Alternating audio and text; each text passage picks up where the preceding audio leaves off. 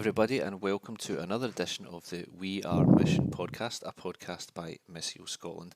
I am Gerard Goff, the Communications Officer, and I am delighted today to be joined by Father Eugenio Montesi, a Xaverian Father from Italy originally, who is now based in St Bartholomew's in Castlemilk. Father, thanks very much for taking the time to speak to us. Thank you, Jerry. Welcome. Okay, Father, so for people who don't know about you, tell us a wee bit about your background, growing up and family life back home in Italy. Well, I'm a young man of almost 84. I spent 30 years in Sierra Leone and 7 years in US, Chicago and Boston, 3 in London, 20 now in Scotland. So I'm extremely happy to be a missionary globetrotter.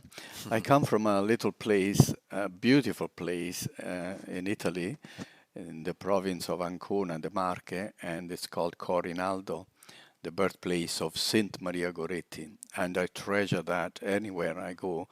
I tell the story of my hometown, because when we were primary school children, our teacher used to take us to visit Mamma Assunta, the mother of Maria Goretti, who, Maria Goretti lived 6 years in our town, Corinaldo, and 6 years near Nettuno, where she was killed by Alessandro Serenelli. And Mamma Assunta then came back, after the death of Maria Goretti, came back to Corinaldo, and she lived just opposite the big church, parish church, and our primary school teacher used to take us to see her, and she was living in a little house and on a wheelchair, most of the time in a wheelchair. Nobody knew the parents of Mamma Assunta. She was found as a baby by the sisters in Senigallia, in the hospital. In the turntable, the sisters heard a little cry, and the baby was crying, and they picked her up, and that was Mamma Assunta, and she became the mother of a saint. So the teacher used to take us there, and Mamma Assunta was always talking about pardon, forgiveness. And one day we saw Mamma Assunta in a wheelchair being pushed to the altar rail in the big church by nobody else but Alessandro, the killer.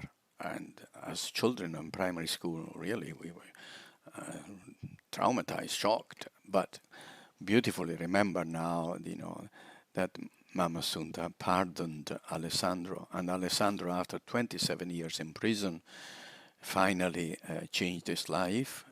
For the first 7 years in prison, never repented, but apparently Maria Goretti appeared to him in a dream, giving him flowers and telling him, I want you, I pray for you, and I pray that you will be with me in paradise one day.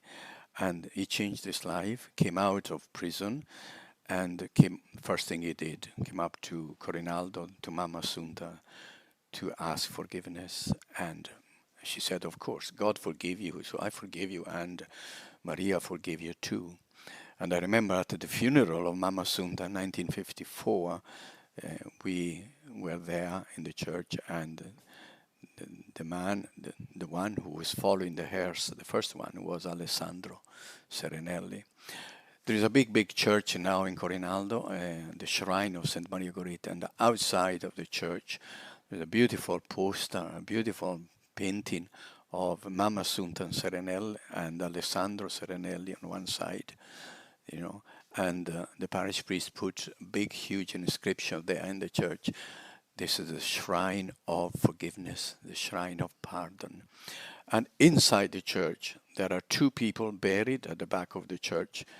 In one side, there is Mamma Assunta buried, and on the other side, Alessandro Serenelli. So anyone lots of visitors come to Corinaldo, and all the visitors are struck by seeing, wow, at the back of the church, Mamma Assunta on one side and the killer on the other side. Yeah. But that's it. And I was so happy to see Maria Goretti in many parishes. Even here in Scotland, there is one.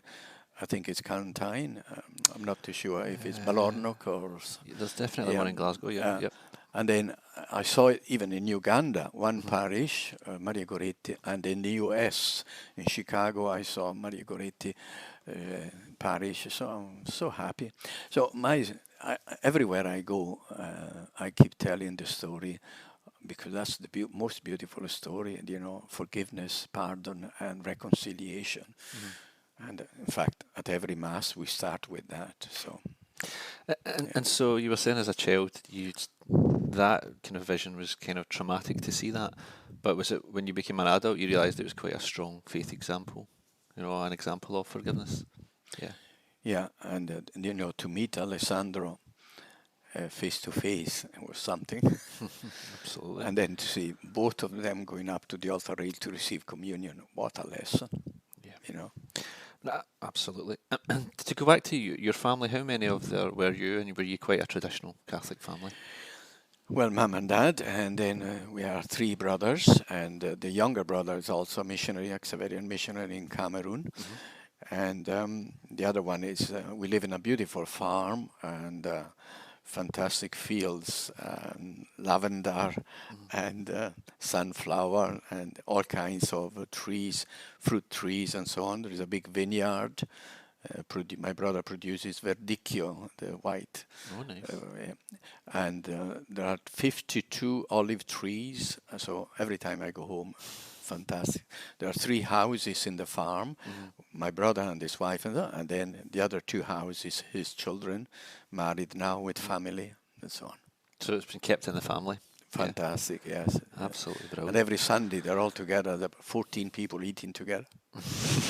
So did mum and dad, did they work on the farm? Like mum obviously maybe looked after the house? Well, my mum and dad, my brother is still working in the farm with his wife, and the children are grown up now. They are very professional people they've got, but every weekend or every night they help in the farm. But your own father, is that what he was? He worked as a... My father was a farmer, yes. Yeah. And he was in charge of the Catholic action in the parish. Right. My mother has a tremendous faith. When she died, the parish priest said, the shortest possible homily I've ever heard. And he said, I have never met a lady of tremendous faith and working so hard like Philomena. That is it. Wow.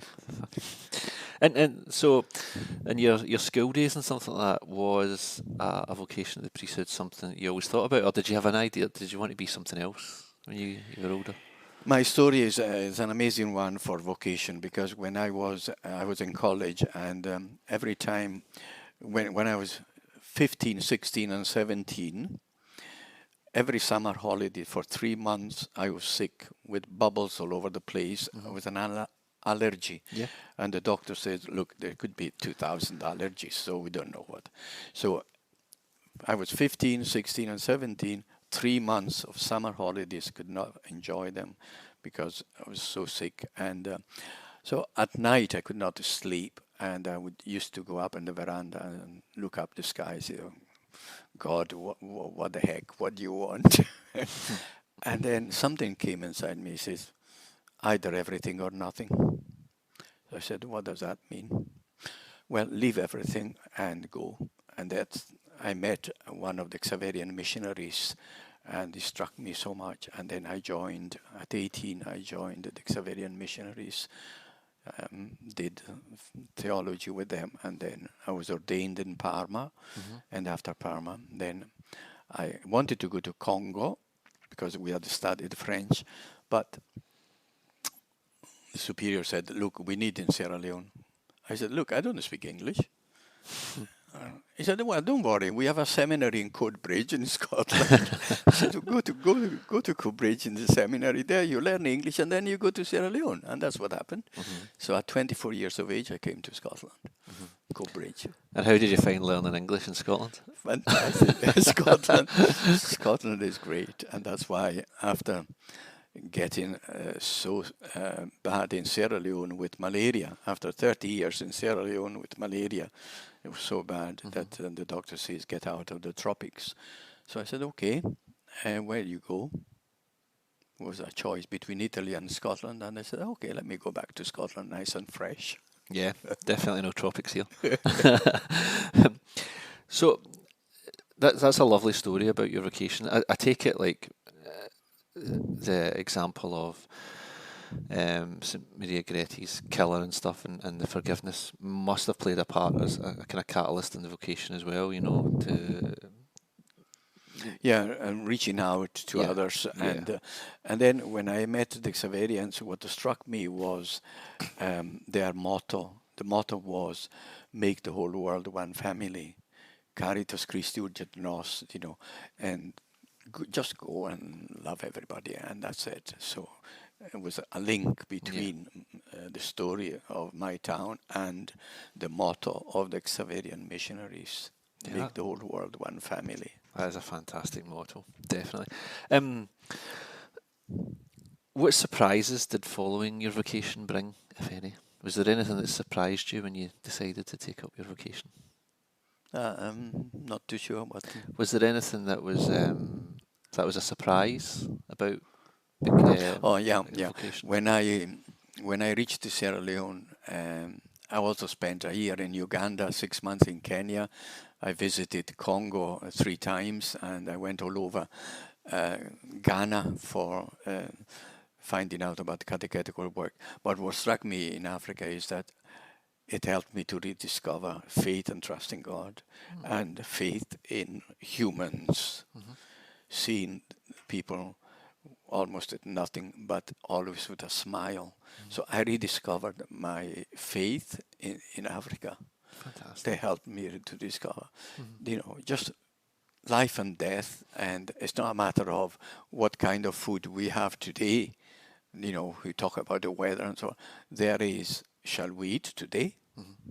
Shall we have food today? And so I rediscovered so much humanity in people. It was lovely. Fantastic. So, vocation, what does the term mean to you in its broadest sense? I don't know how to say it, but vocation, I mean, it's a way of life. It's how do you spend your day for others and so on. This morning I was talking in church about, the works of mercy and the spiritual works of mercy. Love God, love your neighbor, summed up everything. So vocation is to be, a person for others, Yeah. because others are for you. So a beautiful interchange. Fantastic. You kind of touched on it, but why did you choose the Xaverians? Why did you choose the Xaverians as a? Because there were various missionaries coming to our college, and there was one priest, Father Faré, that was full of fire. Everybody has to be missionaries. I said, "Oh, I don't have that energy, that's sure, for that flamboyant thing."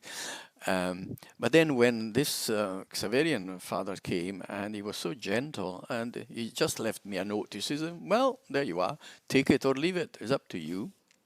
Take it or leave it." And that challenged me.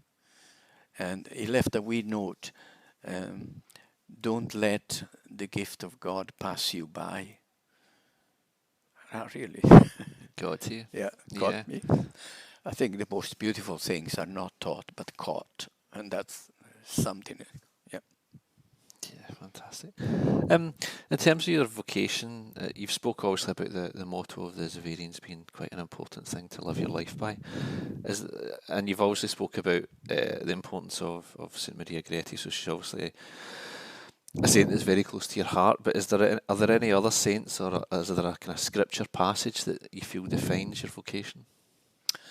When I was in Uganda in '73, and at the time General Amin was forcing people to watch public executions, we came across, I think I told the story so many times, we came across a beautiful book written by Enda MacDonagh, the Irish theologian, who presents life, events, everything as a gift, never a threat. And he says, everything and everyone comes to you always as a gift, never as a threat. That struck me so much, I'll never forget. Life as a gift, never a threat, no matter what situation you are in. And I think it's very, very biblical, that, I also remember one saying, in whatever situation you find yourself in, through your own fault or no fault of your own, you must firmly believe that God will give you enough strength to be happy in this life and in the next. I think it's one of the councils in the church that has this proclamation, and it's a beautiful one. So just to look at life as always as a gift. Can you imagine what is happening now in the world? I know. So, just looking at the timeline, where has your vocation taken you? You've touched on some of the countries, but tell us the timeline of from you were ordained. Where did you go after that, and how did you get here? After ordination, you mean? Yeah. I came to Scotland. Mm-hmm. From Scotland, I went to Sierra Leone, 6 years, came back to Coatbridge to help in the seminary there for 6 years, and then I went back to Sierra Leone. And then I was in charge of our students in London, in Finchley, at the Missionary Institute. We had the students there. And likewise, our students went to Chicago to attend the Catholic Theological Union, and I was in charge of them for 3 years, and I did some courses also there. It was beautiful. So I've been very, very lucky in my life, always with our students, and then from I visited so many countries, just for catechetical works, and I worked for teachers, and like in Sierra Leone, I visited every single school. And I remember the main theme was, teachers, you are a messenger, but you are also the message. And that really struck them. Actions speak louder than words. I always quoted that proverb. I think it's an Indian proverb which says, your words speak so loud that your actions speak so loud that I can never hear your words. Yeah. So you mentioned you were in Uganda. Was that part of the catechetical work? I went to Uganda for 1 year to do African studies and to prepare myself to start a catechetical center in Sierra Leone, which I did, for catechesis and the African approach to pastoral activities and African anthropology. So that helped me a lot. Yeah. And how long were you in Sierra Leone for in total? Well, all in all, in Sierra Leone for 30 years. And 1 year in Uganda, 6 months in Kenya, was 3 months in Congo, and a month. When I was in charge of the pastoral center in Kenema in Sierra Leone, I was able to visit the Gambia, Ghana, and that's mainly the Gambia and Ghana. I went all over Ghana. And in Ghana, I was so lucky I met that archbishop, a famous archbishop, that he was the son of a witch doctor. And at the table, he was the one that he was serving people. And the rest, like simple clothes, and unbelievable. It struck me so much. And you remember the white fathers were there, and they said, well, you are enough African priests now, we can go. And the archbishop says, no, until I am in charge here, black and white would be together. And I remember going to Scotland and seeing a beautiful drink. And that drink, there were 2 little cats, one black, one white. I think it's the Hague whiskey or something. Oh, whiskey. This is black and white working together. It was fantastic. Fantastic. So Sierra Leone has played a massive part in your life. How were you received there when you first went, and what were your first impressions of life and mission? Received in Sierra Leone, I was received extremely well. My first activity in Sierra Leone was to go to a village outside the main city, and with the local teacher, we trained 24 elderly people for 2 years. They never asked for a penny, and always faithful to her. And after 2 years of training, they were all received into the church, baptized and confirmed, received into the church. And it struck me so much, their faithfulness and so on. So my first impression was faith is already there, God is already there, and we just go and refresh our faith, and our life becomes fresh again, in touch with the locals. Yeah. In terms of some of the stuff that might have been a bit more challenging, what were some of the challenges of living in Sierra Leone? I think the challenges was the sicknesses and diseases. In fact, Sierra Leone, there was still a lot of polio, a lot of leprosy, and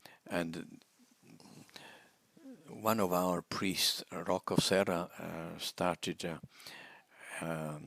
at national level leprosy control program, and organized with lay people so many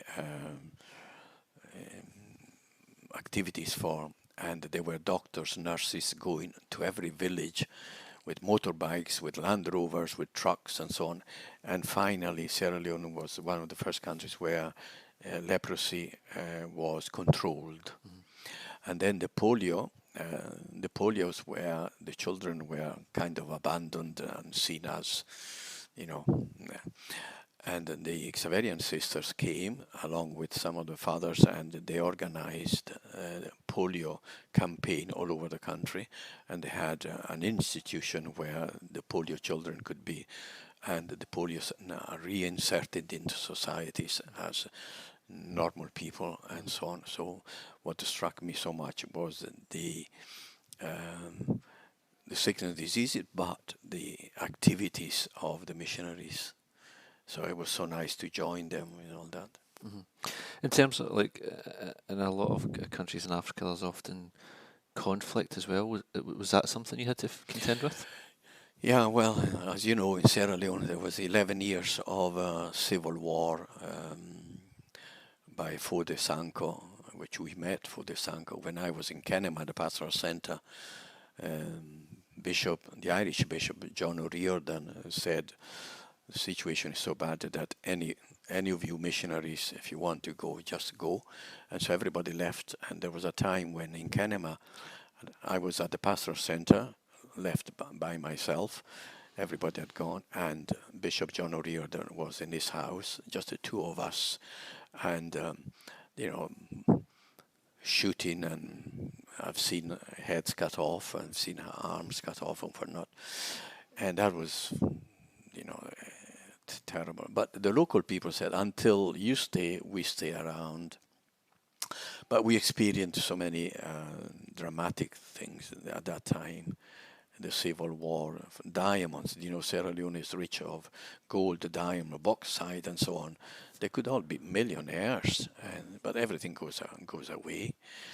Everybody, So the 11 years, they were traumatized, and I treasure one beautiful event, which with Bishop Biguzzi, George Biguzzi, we went into the forest to retrieve our 7 sisters from the rebels. They had walked miles and miles and miles into the forest, and they were kept for 58 days. They were kept in the forest, 7 sisters, with no clothes, no change of clothes, just 1 cup of rice a day. And the rebels, they wanted to use them as a bargaining chip, But finally, we managed to contact Fode Sanko, and he said, okay, come and take them. So 4 o'clock in the morning, we left Freetown in a big range Land Cruiser. We went into the forest, and by 7 o'clock, we had the 7 sisters with us. The 15 soldiers that they brought the sisters back to us, they had walked all night. They said to us, the bishop said, before we depart, let's pray together. And the soldiers said, oh, yes, we know all your prayers. We are from all your schools. We are educated in all your schools. But let's hurry up, because we have to go and attack another village. and we prayed the Lord's Prayer there on the bare ground in the forest. And then we took the sisters. So I was lucky to be able to drive, privileged to be able to drive Bishop Iguzzi into the forest and then bring back the 7 sisters, 6 Italians and 1 Brazilian sisters who had been with the rebels for 56.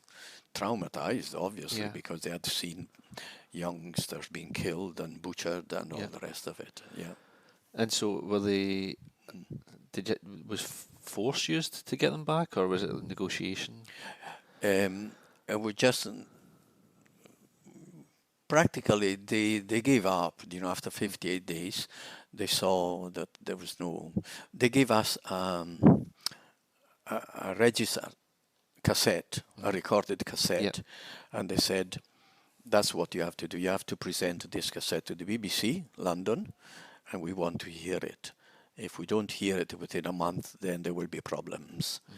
So we did take that, and thank God BBC played that recorded. In that recording cassette, they were saying, the rebels were saying why they were rebels in Sierra Leone, why they were fighting, why they were killing, because they wanted a change from corruption, from all that. A bit of nonsense, because why killing civilians? Why killing civilians? So many, they destroyed a third of the country. I guess the question that a layperson would ask is, why did you decide to stay? When some of the other missionaries left, why did you decide to stay in the middle of conflict? Yes, I remember one day there was a bullet came through the roof.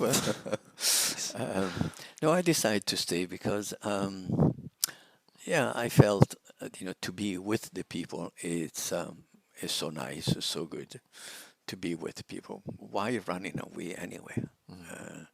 And I was so happy that the bishop stayed on, and that was it. To be with is so important. And you said that you'd obviously seen some really terrible things, and some of the sisters had as well.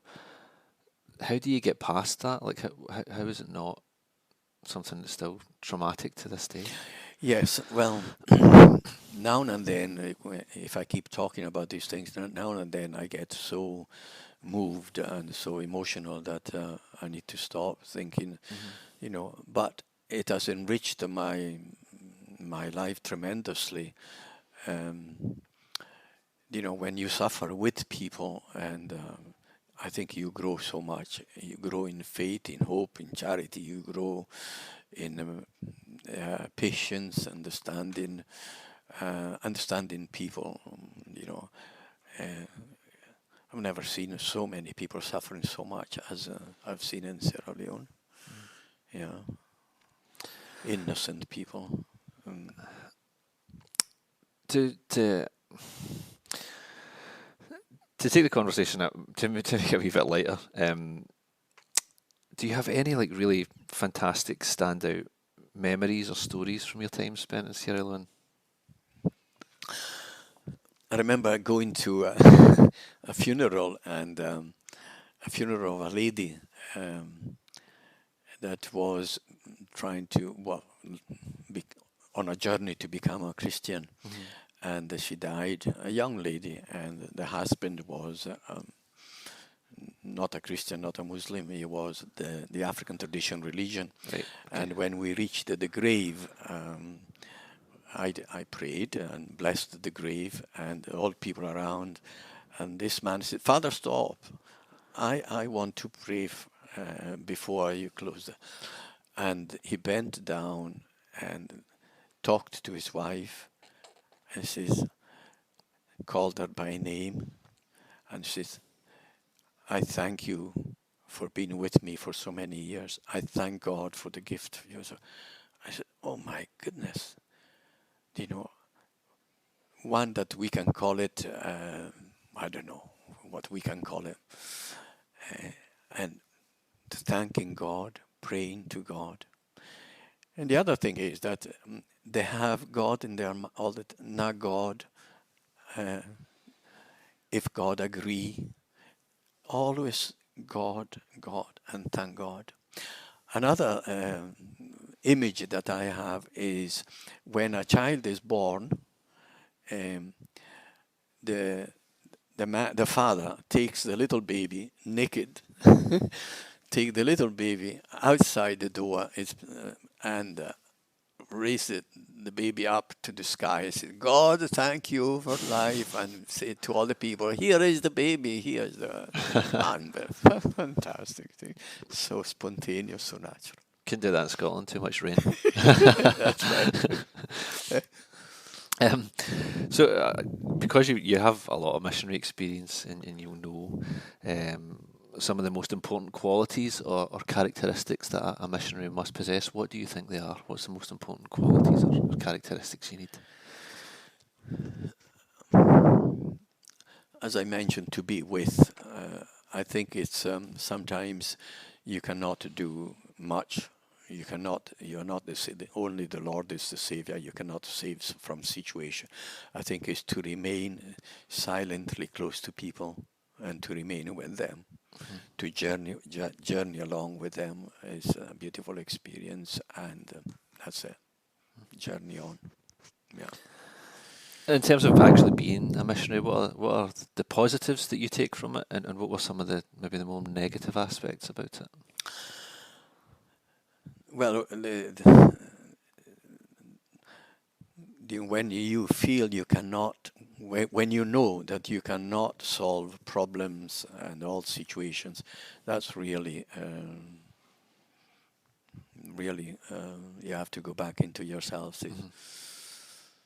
God, it's your time now. I can't. So please, God, you come in. Mm-hmm. That's it. Yeah. And the term mission itself, what does the term mission mean to you? If you have to describe what mission is to somebody, what would you say? An outburst of life. Because I think life is complete when you feel you are giving yourself completely. Mm-hmm. That reminds me when Jesus says, I've come to give you life and life to the fullness. I come so that your joy may be complete. And I think that is in giving we receive. Mm-hmm. It's a beautiful experience that in giving you receive. And as a missionary, I think we receive much more than we give. Yeah. Thank God. Yeah. And in terms of lay people, what's the best way do you think that they can live out their mission, their personal mission? Lay people? Mm-hmm. I think lay people, well, even in Africa, there are so many volunteers, and the locals become volunteers to. The lay people are tremendous because they do really live with each other, and they support each other, they heal each other. Again, the church is lay people with few leaders, but couldn't be anything else anyway. The pilgrim church is lay people working together with a few leaders. Mm-hmm. Yeah. Just in terms of, obviously, we've had a very difficult couple of years with the COVID-19 pandemic and things like that. Have you managed to get back to Sierra Leone? Have you managed to get back to Italy to see your family at any point? After 3 years, I was able to go back to Italy last May, and I spent 3 weeks with my family, meeting everybody again after 3 years. In terms of Sierra Leone, I have kept in touch with Sierra Leone since I have left Sierra Leone 10 years ago and more. I've kept in touch every single day with Sierra Leone, sponsoring projects, schools, clinics, hospitals, and so with WhatsApp, I'm in touch every day, and it's an amazing thing.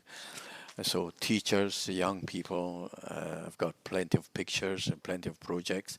The last project is now Club Feed Children, and it's an amazing thing. We are trying to help 40, 50 little young children with club feet to be able to walk and be normal again and go back to school and so on.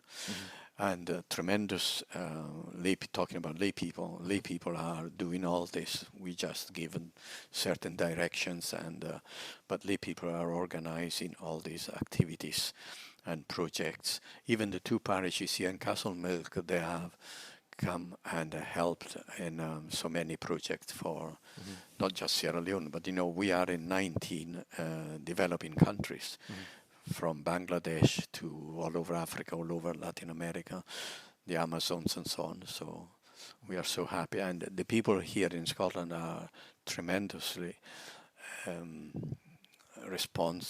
respond so much. They are tremendous. I've never been so generous, these people. It's an amazing thing. We go for mission appeals all over the country, and the responses are fantastic. And sometimes you find envelopes, inside the door, and an amazing thing. Oh my gosh! Yeah. The project that you were talking about, the club, the children with club feet, is that something that emanated from Scotland? Is that some? It's something that we have started now here with George Patterson and others, and we have already sent 15,000. And there is a German doctor in Sierra Leone who volunteered, a surgeon, to do freely to the surgery, and so the children go to hospital, stay there for a month, and the doctor does one foot this year, and the next year will do the other foot. And the children are able to walk again, and it's an amazing thing, because I think it's something to do with nerves and so on. So there is a lady, Anna Weiss, an English lady in Freetown, who is the link with us, and she is really making sure that the children are kept in the hospital for a month with their parents, and that's it. So we are very, very happy. That's excellent. As someone who wasn't, born in Scotland, did you realise that there's the kind of false reputation that Scottish people aren't generous? Definitely. I remember the first time I went for a mission appeal to Aberdeen, and I was told the Aberdonians, and they were so extremely generous. No, the Scots are the best, and thank God we get on so well with the Scots. The Italians seem to get on very well with the Scots. No, the Scottish people are so happy. It's so good. Yeah. That's another thing. Were you aware before you came here that there is like a large Italian community in Scotland? Yes, and when I came. At first, I was also meeting a lot of Italians in different parts of Lanarkshire, and I'm still in touch with a lot of them, and they were very helpful in organizing garden fetes, in organizing musicals and dances and so on. I remember in Hamilton, in Bodwell, in Coatbridge, and so on. Very, very supportive, and and thank God that they are well inserted into the society and so on. They are part of. So absolutely, we feel all brothers and sisters. Fantastic, yes. But and some of them have got shops and they've got money, and they're very generous.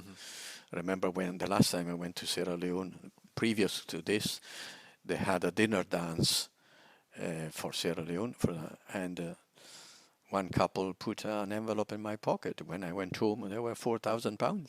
Jeez. Unbelievable. That is. Obviously, you're somebody that's acclimatised quite easily to wherever you've been.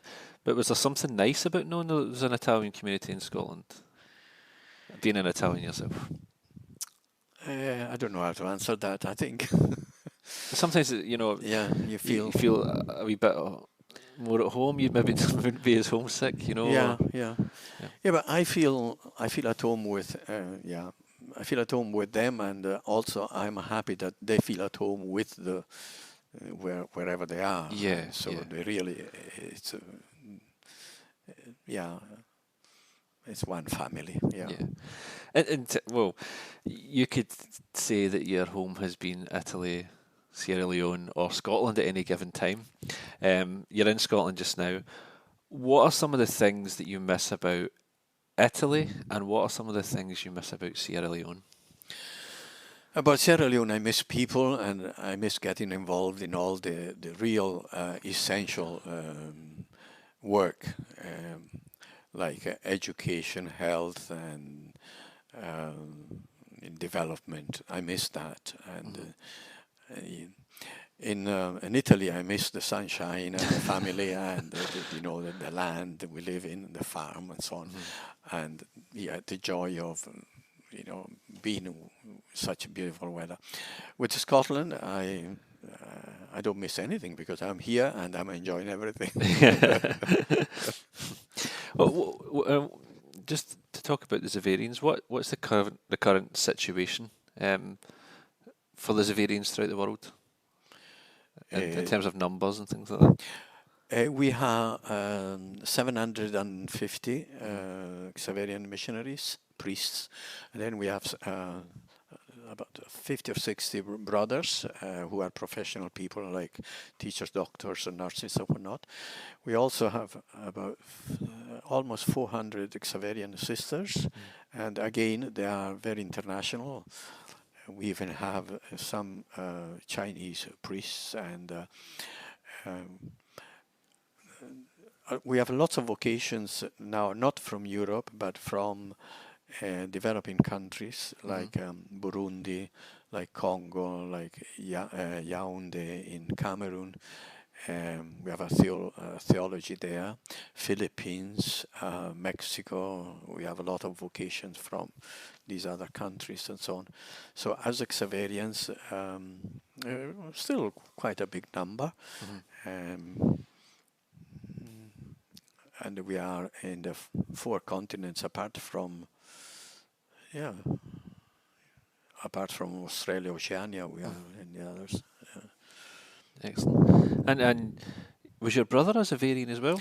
My brother was a Xaverian. Yeah, actually, when I said I'm going to join the Xaverians missions, he said, "Oh my goodness, you are spoiling my plans because I wanted to be a missionary." I said, "Well, tough luck. I'm older than you, so I go first." He wanted to join the Jesuits, but I said, "Look, the Jesuits, they will make you study forever and ever." So he came to us.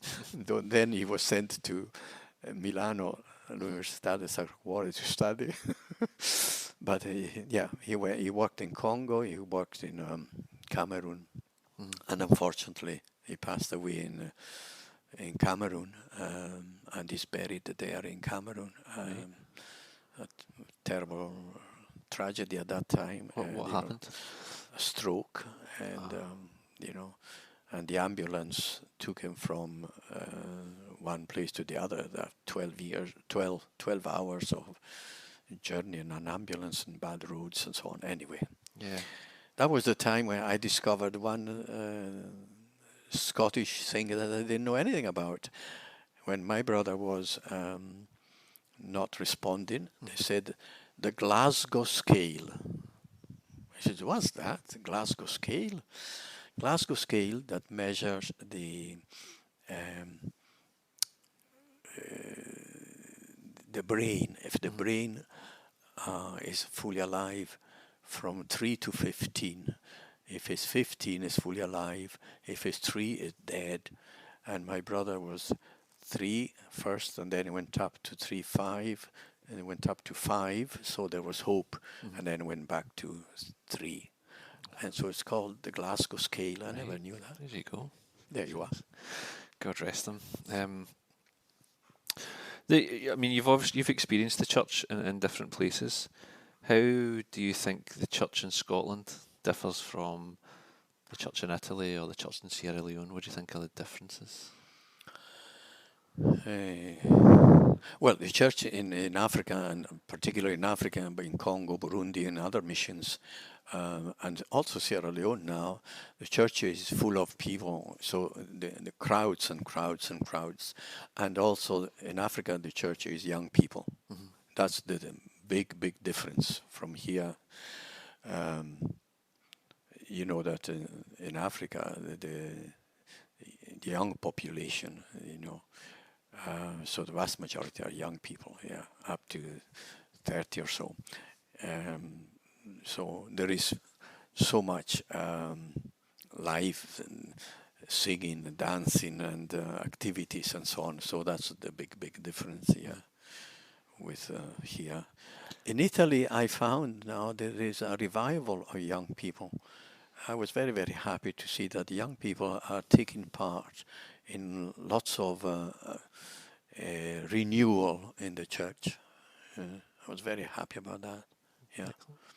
Um, Obviously, ourselves at Missio Scotland, we've worked with you to support the Love of God secondary school in the past, which is fantastic.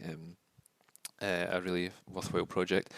So you've kind of seen the work of Missio Scotland and how it does and how it works throughout the world and things like that.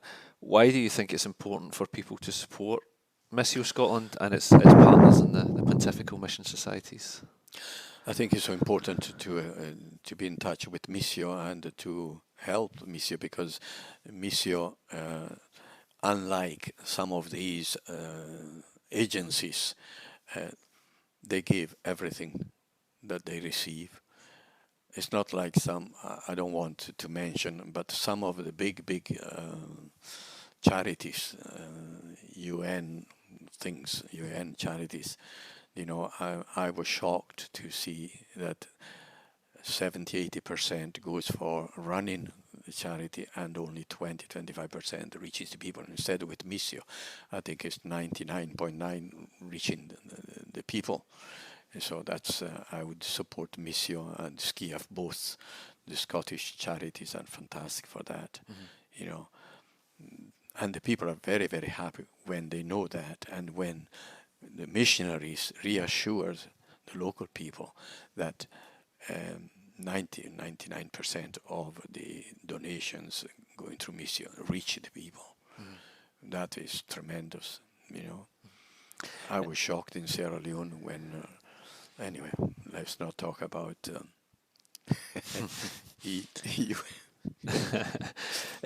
You're someone as well that does mission appeals for Xaverians and things like that. For people who don't know, what kind of form does that take? What does that involve? Mission appeals are, is something that the Catholic Church in UK, which is England, Wales, North of Ireland and Scotland, the church realizing that church means to be Catholic, to be universal, to be one for the other. Love God, love your brother. And so we are so impressed that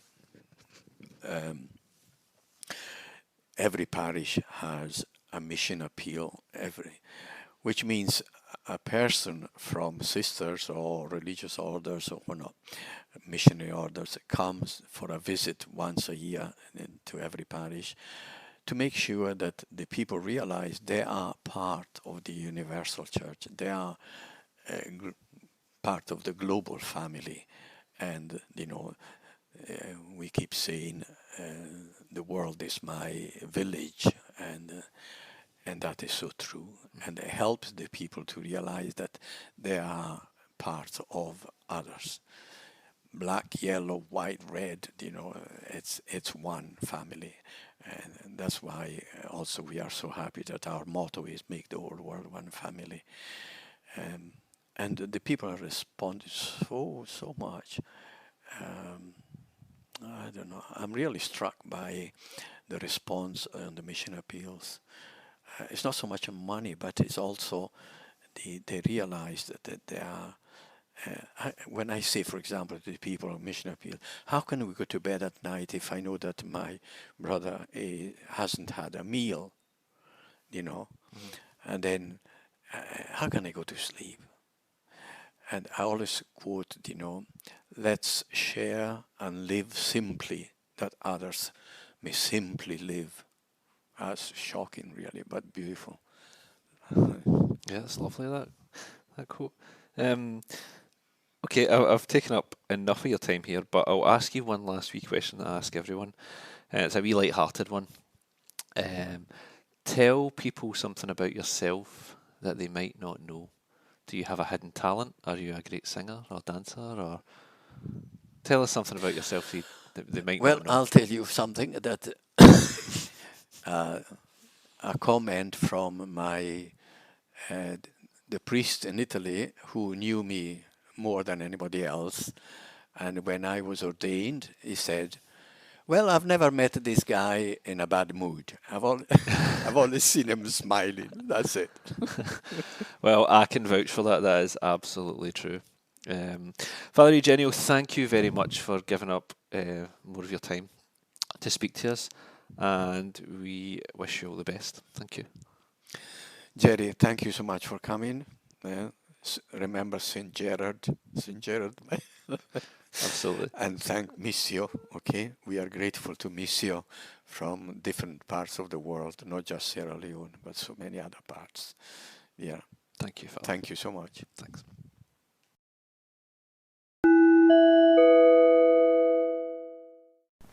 Missio Scotland is a Scottish branch of the Pontifical Mission Societies, the Pope's official charity for overseas mission. To learn more about the work of Missio Scotland, you can visit our website www.missioscotland.com. You can like us on Facebook, www.facebook.com/Missio Scotland. You can also follow us on Twitter, Missio_Scotland, and on Instagram, Missio Scotland. If you would like to donate to Missio Scotland, visit www.missioscotland.com/donate. You can also call us on 01236 449 774 or send donations to Missio Scotland, 4 Laird Street, Coatbridge, ML5 3LJ. Please keep us in your prayers. Thank you and God bless.